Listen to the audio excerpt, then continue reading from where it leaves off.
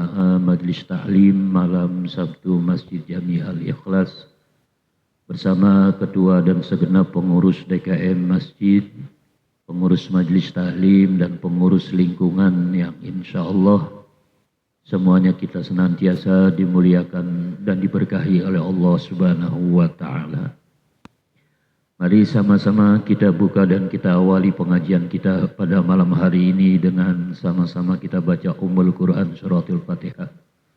Mudah-mudahan dengan mukjizat, karamah dan barokah surah Al-Fatihah, Allah berikan kepada kita dan keluarga kita iman, Islam, ihsan yang kuat, ilmu-ilmu yang manfaat, sehat, afiat, panjang umur dalam taat. Dimudahkan segala urusan kita, baik urusan dunia maupun urusan akhirat. Dan Allah lapangkan kepada kita rezeki yang halal, yang tayyib, yang berkah untuk ibadah kepada Allah Subhanahu wa Ta'ala. Dan mudah-mudahan Allah sampaikan kita kepada ma'rifat, husnul khatimah dan ridhonya di dunia wal akhirah. Sekaligus Fatihah ini juga kita tujukan untuk arwah almarhum dan almarhumah, orang-orang tua kita, keluarga, sanak famili, para guru, para alim ulama, para salihin yang telah pulang ke rahmatullah. Mudah-mudahan semuanya selalu mendapatkan limpahan rahmat dan maghfirah. Diluaskan alam kubur mereka dan dijadikan kubur mereka raudhah min riyadil jinan.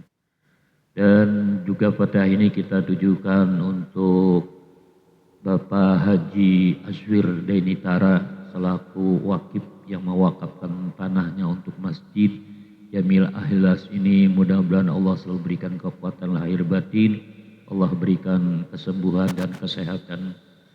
Lillahi ta'ala bitilkan niyah wa ila hadratin Nabi Muhammadin sallallahu alaihi wa alihi wasallam wa alihi washabi wa azwajihi wa dzurriyyatihi radhiyallahu anhum ila jami'il anbiya wal mursalin wal malaikatil muqarrabin wal awliya il arifin al muhaqqiqin wal ulama il amilin wasyuhada was salihin, khususan ila hadrati sultan awliya Syekh Bilasan As-Sazili, ila hadrati sultan awliya Syekh Muhyiddin Abdul Qadir Jilani, ila hadrati sultan awliya Syekh Bahuddin An-Naqsabandi, wila hadri Syekh Radin Abdul Razak At-Tarmasi wala Syekh Abdul Salam, wila hadrat Syekh Hudari bin Hasan, wila hadrat Syembah Penjalu, wila hadrat Syaramoke Mustaqim bin Husyain, wila Syaramoke Abdul Jalil Mustaqim, wila hadrat Syekh Hasbullah Al-Marzuki, wila hadrat Syekh Haji Mahfuz Syafi'i, wila hadrat Syekh Salahuddin Al-Ayubi bin K. Abdul Jalil Mustaqim,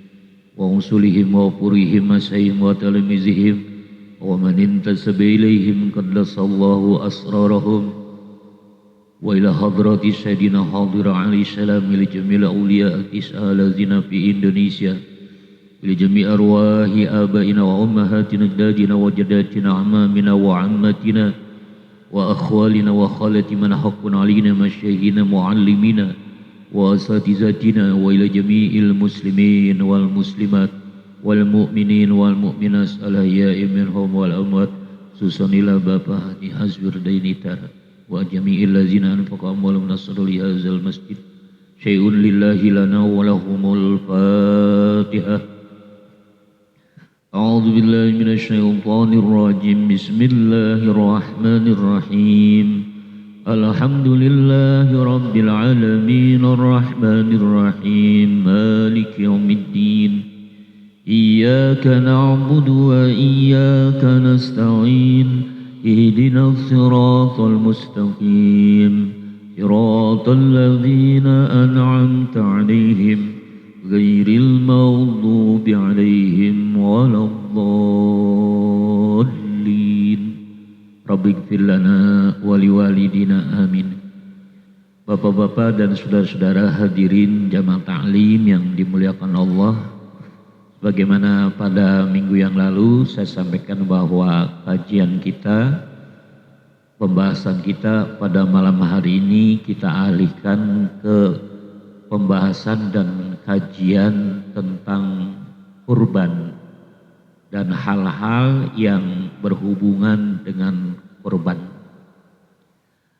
Nah, kita awali pembahasan tentang kurban ini dari bahasa dulu ya. Korban kita telaah dari segi kalimat. Korban ini sumber katanya, kalimatnya yaitu dari kalimat koruba yakrubu kurban wa kurbanan. Di kata-kata kurban itu tasrifannya dari situ, dari koruba yakrubu kurban wa kurbanan. Apa artinya? Artinya dekat. Nah, ini dari segi kalimat saja sudah memberikan isyarat kepada kita semua agar kita itu dengan korban itu biar bisa pertama dekat dengan siapa? Dengan Allah dulu. Karena ini yang menjadi sumber adanya kita, itu kan yang bikin kita siapa? Allah. Yang bikin alam semesta Allah. Yang memenuhi kebutuhan kita Allah. Semuanya Allah. Ya, ini harus kita dekat. Masa kepada zat yang begitu baik kepada kita terus kitanya jauh, bagaimana ya kan? Kita aja sesama kita ada orang baik buat sama kita, pasti kita deket kan? Kalau kemudian kita jauh bagaimana? Gak punya perasaan, gak punya pikiran ya kan? Kita baik banget sama dia mah jauh aja sama kita. Jadi dari segi kemanusiaan aja udah gak pantas, apalagi dari segi ubudiyah. Ya, ubudiyah itu bukan ubudiyah masjid, ya. Ubudiyah itu maksudnya hubungan pengabdian antara kita hamba dengan Allah. Jadi kita harus dekat dengan Allah. Makanya segala apa yang kita kerjain selagi itu baik, ya nggak bertentangan dengan Islam, dengan Al-Quran, dengan hadis, nggak bertentangan dengan ijma ulama, ya kerjakan semuanya untuk taqarrub. Taqarrub itu kan pendekatan diri kepada Allah. Kalimat taqarrub itu dengan kurban itu nggak beda jauh gitu. Kalau kurban kan ada istilahnya makna khusus. Kalau taqarrub itu luas, ya. Tapi maknanya untuk dekat dengan Allah. Ya, makanya ketika kita dalam hidup kita sering ngalamin kegelisahan, kebingungan, kekhawatiran yang ujung-ujungnya stres.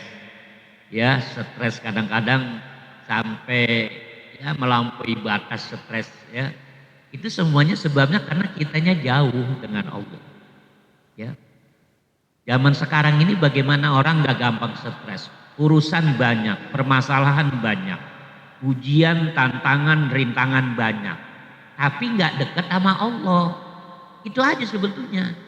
Kalau kita dekat sama Allah, 1001 tantangan pun gak bikin kita jadi stres. Ujian, tantangan, rintangan, banyakan mana sih yang kita hadapin dengan yang Nabi hadapin? Banyakan mana Pak? Kita apa Nabi ngadepin tantangan ujian? Nah, beratan mana antara kita dengan Nabi ngadepin ujian? Stres nggak Nabi? Gak ada Pak. Nabi, sahabat, tabiin, semua orang-orang soleh, jangan dianggap mereka itu nggak punya ujian. Justru mereka itu ujiannya lebih berat daripada kita. Ya, orang Nabi udah bilang yang paling berat menerima ujian dari Allah yaitu para nabi, kemudian para wali, kemudian para ulama, kemudian orang beriman yang peringkatnya terus makin ke bawah, makin bawah. Semua kita diuji oleh Allah sesuai dengan kekuatan imannya. Semakin tangguh, semakin kuat imannya, maka semakin besar gelombang ujian yang dihadapin. Nah, supaya kita kuat, nggak stres. Andai kata stresnya nggak pakai banget gitu, nggak pakai banget stres, pakai banget, nggak usah ya. Yang namanya stres itu memang bagian dari fitrah kehidupan manusia Pak. Stres itu kan tekanan dalam jiwa kita yang kemudian nanti berefek, berdampak ke organ tubuh. Sebetulnya dari dalam diri kita, dari rohani kita, dari jiwa kita, dari hati kita. Kenapa kita zaman sekarang ini banyak manusia kok begitu gampang stres? Karena jauh dari Allah. Nah, supaya dekat dengan Allah, kerjain yang baik-baik, niatin yang ikhlas. Ngaji begini. Insya Allah selagi kita ikhlas, istiqomah ngaji meskipun seminggu sekali, ya nggak lama, sebentar, insya Allah kita jadi nggak gampang stres, nggak gampang depresi, gitu loh Pak. Ya kemarin anu-anunya udah dini tuh jikir tuh semua udah, begitu ngadepin berat udah jikirin aja. Ya kan, kalau kata Gus gitu aja repot. Iya emang gak usah repot, apa yang direpotin hidup ini. Ya kan, sehingga kita menjadi stres. Iya jalanin dengan kita dekat dengan yang punya kehidupan. Ya dekat dengan yang ngasih ujian itu. Dekat dengan yang ngasih cobaan itu. Ya, karena nggak ada yang bisa ngangkat Pak, ujian cobaan kita itu nggak ada yang bisa ngangkat kecuali Allah. Kenapa? Karena emang Allah yang ngasih, Allah yang nyeting gitu loh Pak. Tinggal kitanya aja, kita mau bagaimana sama Allah. Apa terus aja jauh, nggak mau deket, ya udah. Kalau kita yang jauh aja, kita dilepas oleh Allah. Ya udah, silakan hadapin sendiri, selesain sendiri. Kuat nggak? Kuat nggak? Nggak kuat. Ya, pasti nggak kuat. Ya pasti kalau kita nggak kuat. Tapi Allah pasti kuat karena Allah innallaha ala kulli syai'in qadir. Tuh.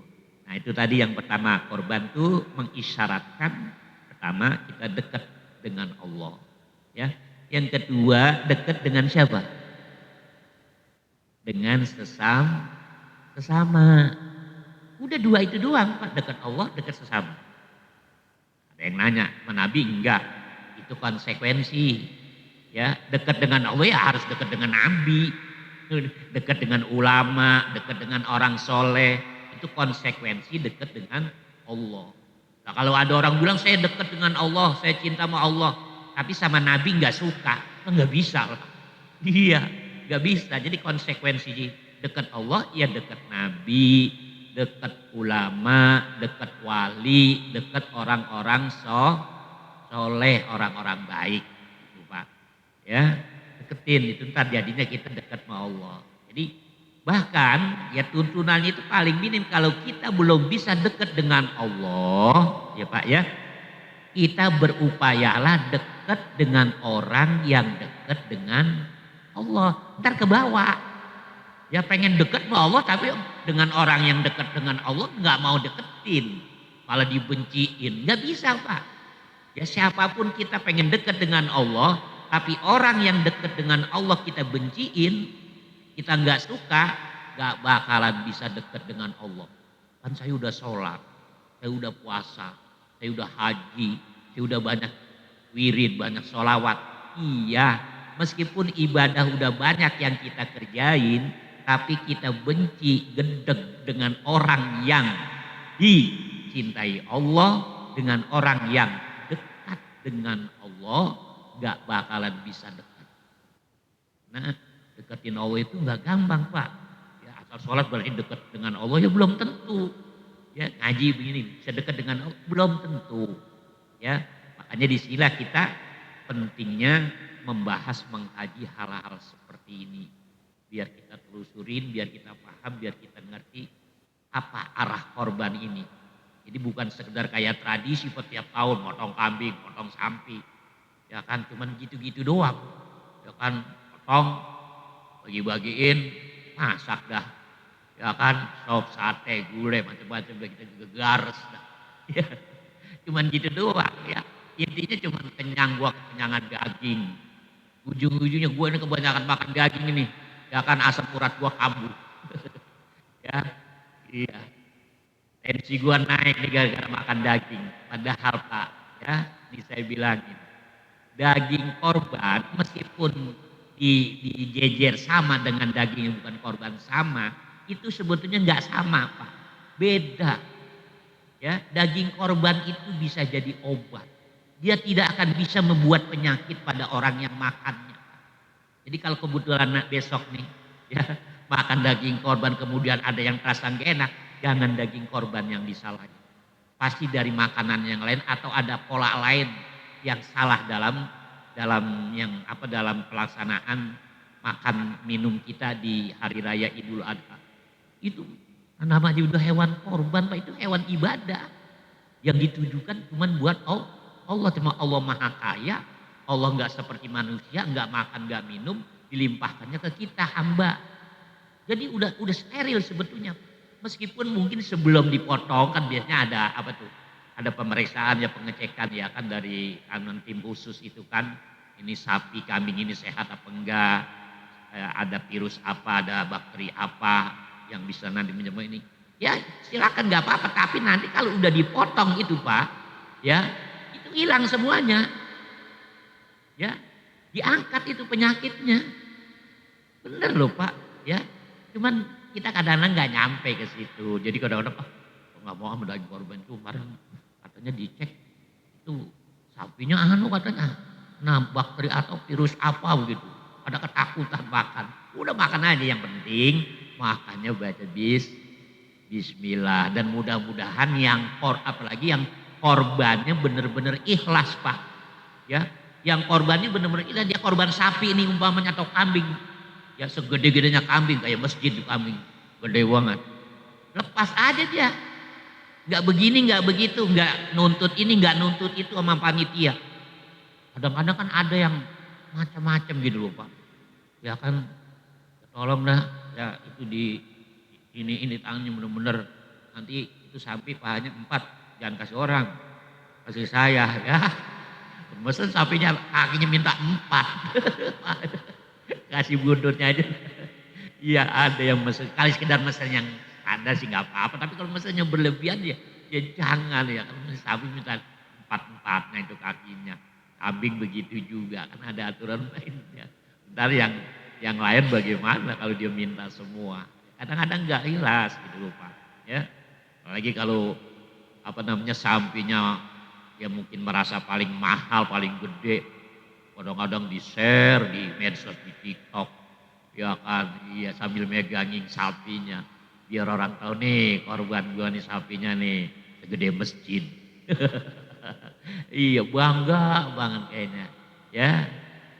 Jadi kalau yang korbannya ikhlas, kita yang makannya bismillah, itu betul-betul dinetralisir oleh Allah Pak dari segala macam eh, penyakit-penyakit atau mungkin bakteri, virus yang bisa menyebabkan kita sakit. Ya, jadi kalau nanti kita makan daging korban ada badan yang terasa kemudian jadi gak enak atau tambah parah, berarti itu kesalahannya bukan di daging korban, Pak. Tapi mungkin dia makannya nggak bismillah, ya kan? Atau mungkin bisa jadi yang korbannya kurang ikhlas. Makanya kita semua ini berkorban nanti yang ikut korban harus betul-betul ikhlas ya. Jangan pengen supaya diumumin, pengen ditempel namanya, pengen nyohor dah. Ya kan jangan, lepas aja udah ya. Tuh. Nah, jadi dengan korban itu yang kedua kita disyaratkan supaya kita dekat kepada sesama kita. Jangan jauh. Nah, orang-orang yang dekat pertama yang kita deketin tentunya orang tua. Ya kan? Kita jangan jauh meskipun orang tua kita sudah meninggal. Ya, terus kita doa, terus kita kirimin Fatihah, kita bacain Yasin atau surah-surah yang lain atau sedekah atas namanya, itu berarti kita dekat dengan orang tua. Kedua dekat dengan guru, meskipun kita nggak bisa datang, nggak bisa ketemu, bacain aja doa udah cukup. Ya kan doain aja di guru biar sehat, udah girang dia. Ya kan gak usah dipikirin kok guru bawa apa ya, bawa apaan, bawa kebo. Gak usah, kan makna dekat kan bukan berarti kita badannya selalu ketemu. Hati kita itu nyambung, itu ya, perasaan kita itu nyambung. Jadi kita doain guru sama dengan kita doain orang tua. Ya guru apa? Ya guru apa aja. Kan semua ilmu baik. Ya kan? Ya tentu terutama ilmu agama. Nah kemudian siapa lagi? Ya anak istri kita harus dekat. Lah kita mah istri cuman badan doang, deket hati jauh. Bagaimana? Ya kan? Gak harmonis kan? Kalau gak harmonis yang terjadi nanti cekcok mulu, ribut mulu, gang mulu, salah paham mulu. Akhirnya badan deket tapi hati jauh. Jadi dekat di sini sekali lagi bukan berarti dekat secara fisik, ya. Justru yang terpenting dekat secara batin. Ya, apalagi kalau suami istri namanya satu rumah ya dekatnya ya harus apa? Lahir batin dong. Iya, iya itu akan lebih apa? Lebih harmonis. Begitu juga anak, ya kita sama anak sama orang tua harus deket. Biar nanti tuh anak gampang apa? Gampang dinasihatin, gampang dituntun. Kenapa anak-anak sekarang pada susah diajarin, dituntun? Karena kitanya jauh sama anak. Ya secara fisik aja kita memang istilahnya bahasanya bapak gitu kan. Atau suami keluar rumah cari nafkah kerja. Ya kan? Pulang udah kecapek, kelelahan, makan, istirahat, udah tidur. Pagi-pagi udah berangkat lagi jadi jauh.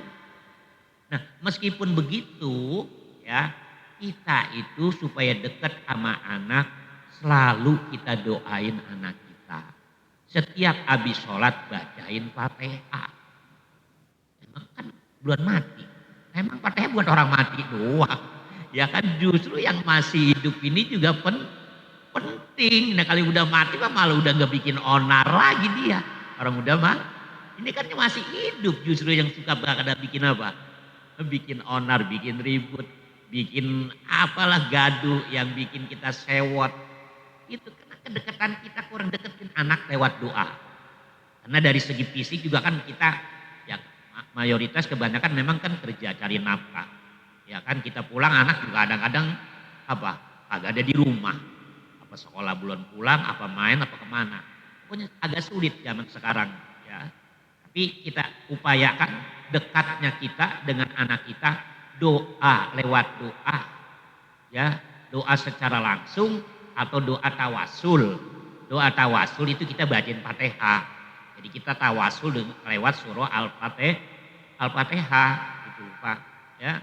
Insya Allah nanti anak kita dijaga oleh Allah, terutama akhlaknya, hatinya itu dilembutin oleh Allah sehingga kalau dibilangin itu nurut. Kalau kan kita sekarang dibilangin kadang-kadang diomelin dia malah tulak pinggang. Dia kan di depan kita orang tua. Kan geblek banget ya kan. Kita bentak dia melotot.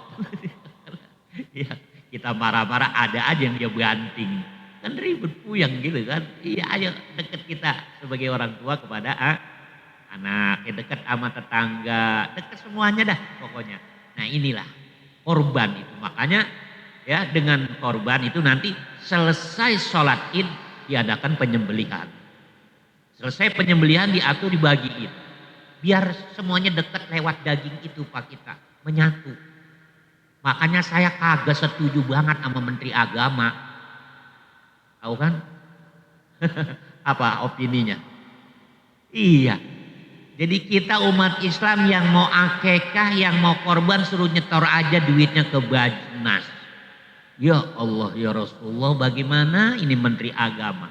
Kemarin bulan puasa zaman Nabi gak ngetren zakat. Jadi tinggalin aja zakat.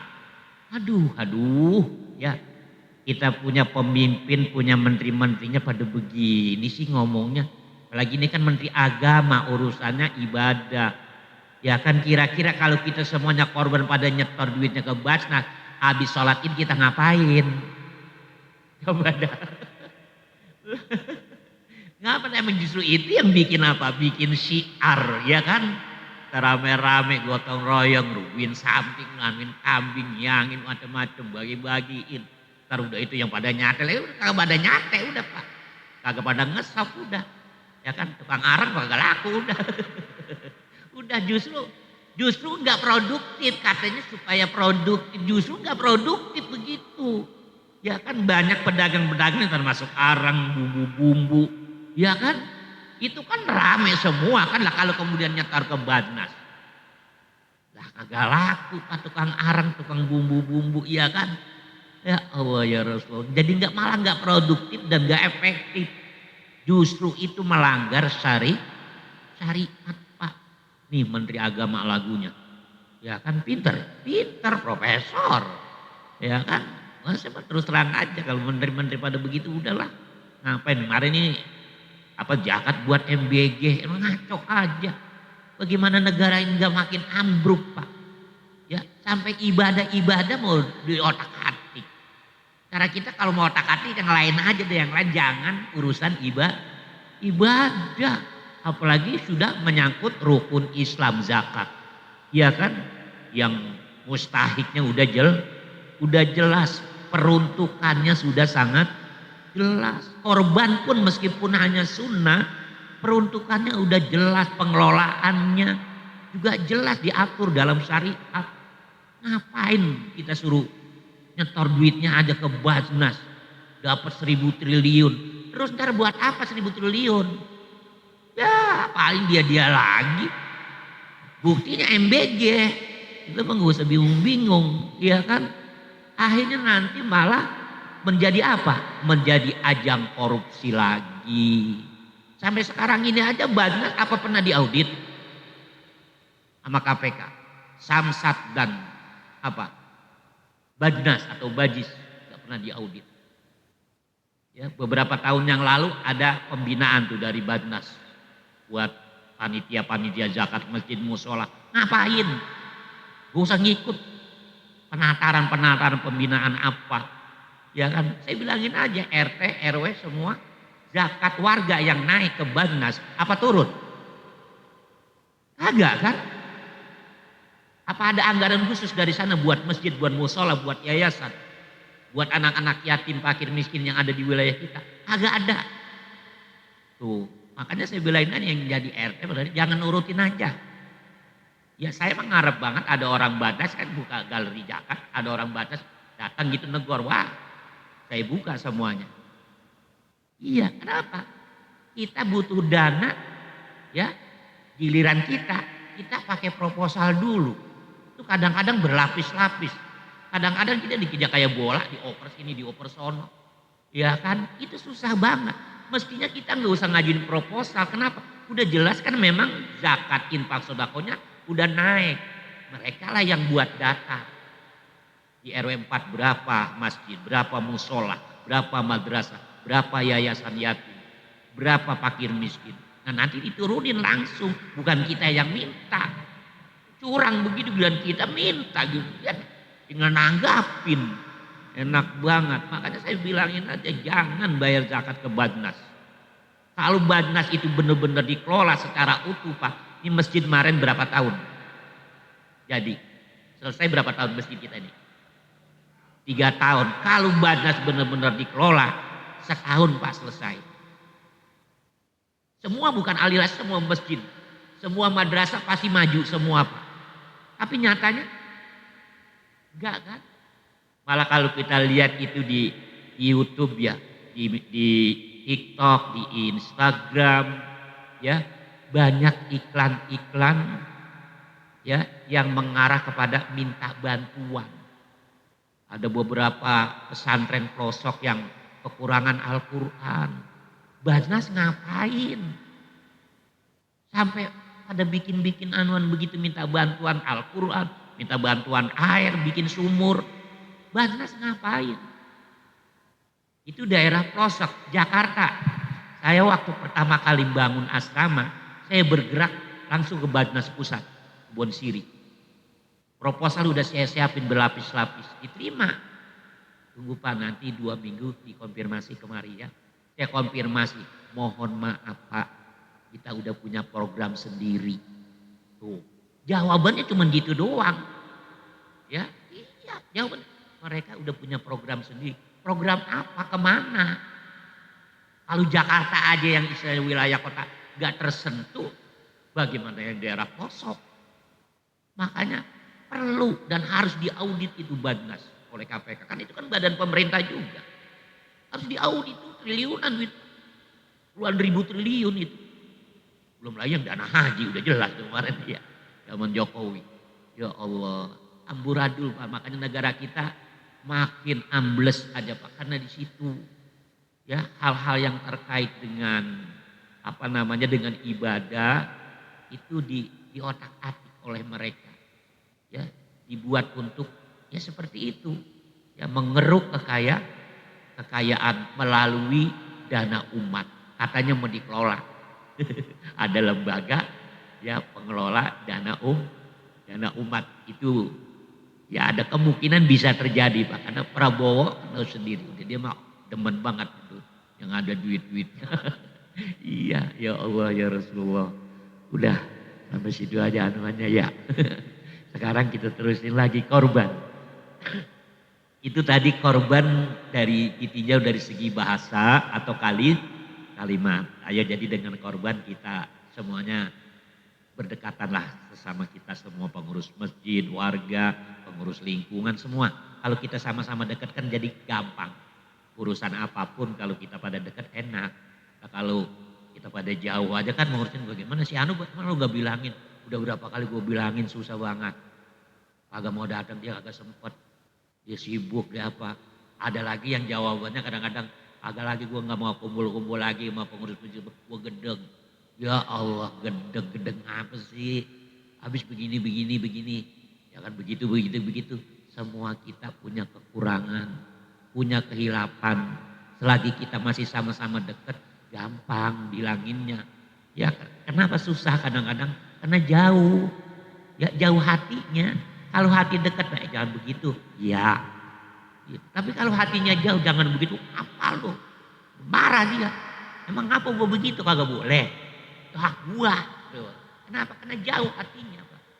Jadi di sini yang terpenting hati kita sama-sama dekat meskipun kita badannya masing-masing di rumah, masing-masing di wilayah RT-nya, tapi hatinya dekat kan jadi enak, hidup adem jadinya ya.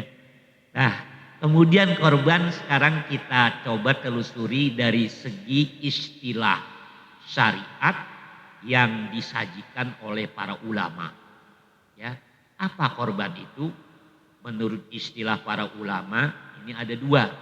Pertama menurut ulama ahli fikih atau indal fuqaha. Yang kedua yaitu menurut ulama tasawuf atau sufiyah. Ya, ini dua-duanya mesti ditinjau Pak, dipahamin dua-duanya. Jangan fikihnya aja, jangan tasawufnya aja. Dua-duanya dikombinasiin. Itu ibarat kereta baru dia bergerak berjalan dengan dua rel. Kalau timbang satu rel doang, bagaimana nanti? Dua rel aja masih kayak kemarin itu. Iya, ya di Bekasi, ya dulu di Bintaro itu dua rel. Bagaimana kalau satu kan? Iya, nggak bisa bergerak sama sekali, nggak bisa jalan. Ya. Nah, menurut indal fuqaha, menurut para ahli fikih, korban itu ialah menyembelih hewan tertentu. Nah, berarti nggak semua hewan pada hari raya Idul Adha sampai hari tasrik dengan niat karena Allah. Nah, itu menurut tinjauan para fuqaha atau ahli fikih. Hewan tertentu di situ apa? Sapi, onta, ya sapi dengan berbagai macam jenisnya, ya kambing juga dengan berbagai macam jenisnya karena banyak jenisnya. Ya, itu aja. Bagaimana kalau ayam, bebek, entok? Nggak bisa. Ada hadis bilang memang begini Nabi, kalau di antara kamu nggak mampu untuk berkorban ya dengan hewan korban, maka potong aja ayam kek, bebek kek, apa kek, bahasanya gitu. Kalau istilah kita, yang penting mengalirkan darah. Itu ya.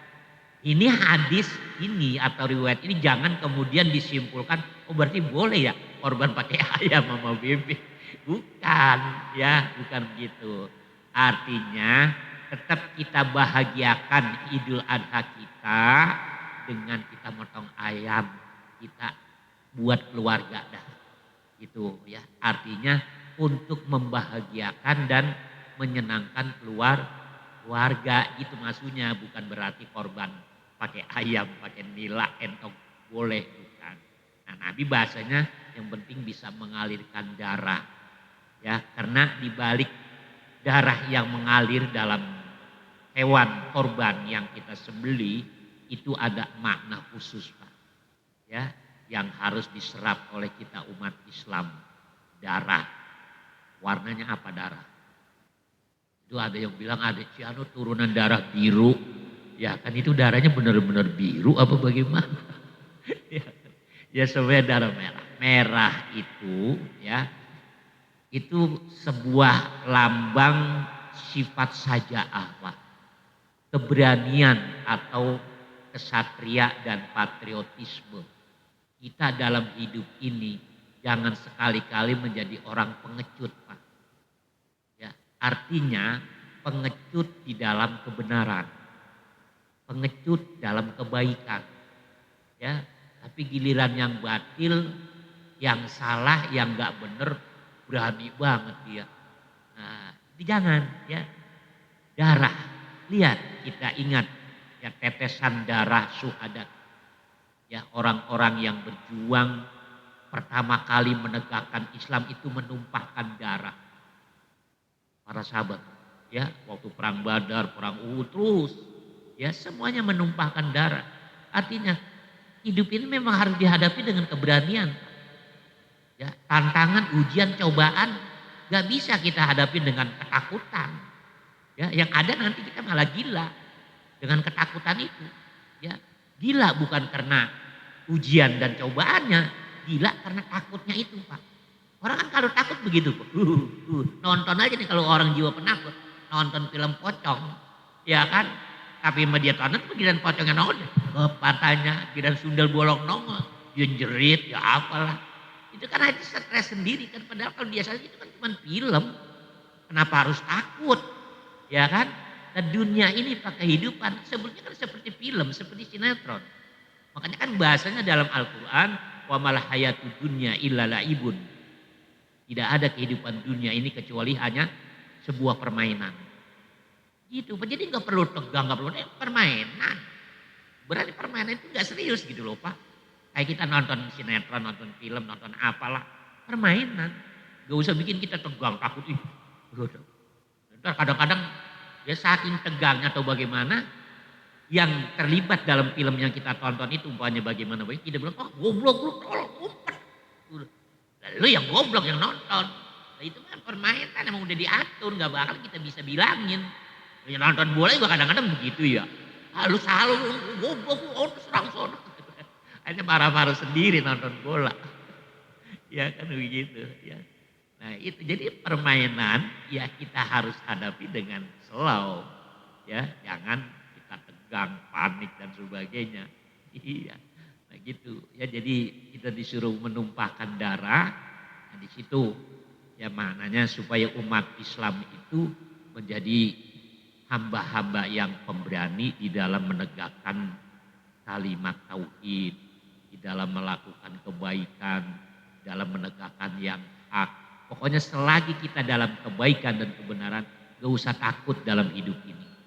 Ya, apalagi takut dengan urusan rezeki, urusan ekonomi. Yang masih lajang, yang masih jomblo kadang-kadang takut mau kawin. Takut apa? Takut gak kuat, gak bisa ngempanin anak bini katanya. Ya Allah, jangan. Iya, gak usah takut.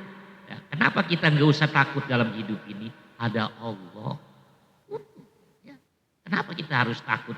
Urusan rezeki, urusan ekonomi, bahkan segala urusan. Gak usah. Kenapa? Ada Allah. Allah yang ngatur semua. Ya, rezeki ya udah diatur.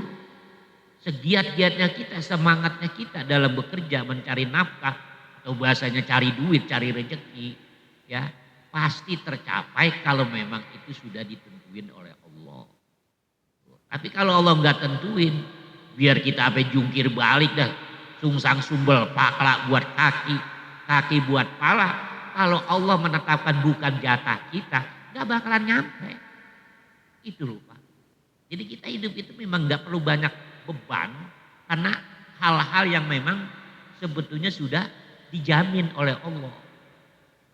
Kita urusan dunia, urusan hidup dunia kan semua udah dijamin, udah ditanggung. Kewajiban kita cuman ikhtiar dan usaha. Ikhtiar aja, usaha aja. Nah, urusan akhirat udah dijamin belum kita? Ayo dah. Urusan akhirat itu udah dijamin belum? Selamat. Bisa jawab munkar wa nakir. Kita belum dijamin urusan akhirat, ya. Nah, disitulah kita yang harus sungguh-sungguh dan semangat. Ya kan, kita kan pada terbalik sekarang umat Islam.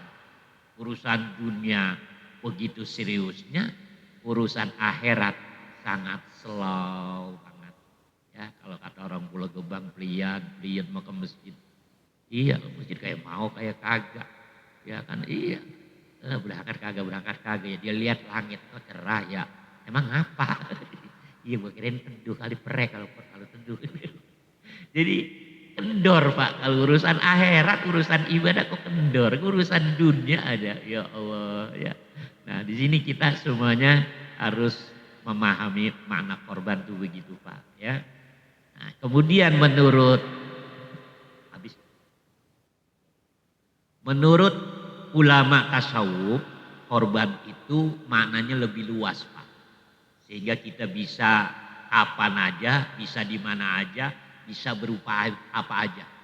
Jadi tasawuf itu memberikan sesuatu solusi yang gampang Pak.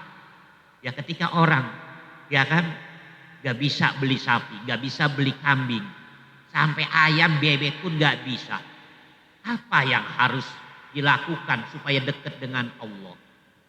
Nah, tasawuf itu memberikan solusi, berkorban itu kamu mengeluarkan ya atau menggunakan apa saja yang Allah kasih sama kamu untuk deketin Allah. Nah, kalau udah bahasanya apa saja, ya berarti apa aja udah. Ya, selain kambing, selain sapi banyak, termasuk diri kita. Bahkan yang mungkin paling kecil tapi bermakna besar, napas kita. Gunakan napas kita. Setiap tarikan dan hembusan napas kita untuk ingat Allah. Ya, pastikan setiap hembusan napas kita atau tarikan napas kita dalam posisi kebaikan di jalan Allah.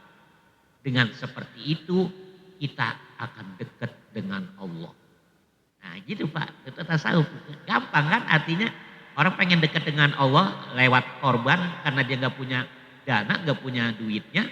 Bisa dengan cara yang lain gitu kan. Yang penting kita bisa dekat dengan Allah. Dan gak dibatasin di hari raya Idul Adha. Kapan aja kalau tasawuf Pak. Oh kalau begitu gue pakai yang ini aja. Enggak, jangan dipakai tasawufnya. Kan tadi saya bilang jangan tasawufnya doang dipakai. Padahal duit banyak. Itu mah nggak pelit, bukan ngikutin tasawuf itu mah. Itu namanya ngikutin tak sanggup. Iya, alasannya duit ya kan. Iya beli motor, beli mobil kuat, kawin lagi aja kuat. Ya kan beli B1 gak kuat. Alasannya gue ngikutin ulama tasawuf aja. Napas gue nih, ya kan isinya zikir. Pala lu peyang. Gak bener duit itu kalau yang kagak punya dana baru tempuh tuh jalan tasawuf. Ya kan, kalau mampu duit banyak tempuh lewat ahli fikih sekaligus barengin dengan tasawufnya. Baru jempolan dah tuh. Mateng ibarat gua kalau gitu. Dimakannya enak. Iya. Orang tuh kadang-kadang suka begitu Pak. Ucapan-ucapan yang kadang-kadang arahnya kemana dia pakai. Kayak Nabi itu kan bilang atabasum sodako. Senyum itu sedekah. Duitnya banyak tapi dia gak bawa keluarin. Alasannya gue udah sedekah. Tadi masa apa juga senyum. Tuh. Padahal itu kan maksud Nabi ngomong begitu biar kita itu nyenangin orang pertama. Kedua udah betul-betul mepet kagak punya duit untuk sedekah. Beras juga kagak ada, makanan minuman buat sedekah kagak ada. Itu udah dibang senyum, berapa susahnya senyum sih. Ya kan itu maksud Nabi begitu. Jangan jadi orang tuh kebangetan pelit, apa senyum aja, kagak mau. Duit kagak, senyum kagak. Duit banyak tapi merengut aja sama tetangga. merengut aja sama temen, sama saudara. Bagaimana kan pelit banget namanya udah kalau begitu. Iya jangan ya. Nah, itulah ya tentang kurban ya, ditinjau dari segi bahasa atau kalimat dan ditinjau dari pendapat atau istilah para ulama, baik ulama fikih maupun ulama tasawuf.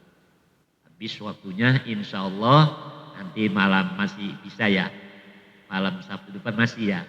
Iya belum kan, masih berapa hari lagi sih, 10 hari lagi ya. Masih bisa ya. Ya insya Allah nanti kita bahas tentang hukum ya, tentang hukum korban dan bagaimana yang terkait dengan korban lah pokoknya insya Allah ya.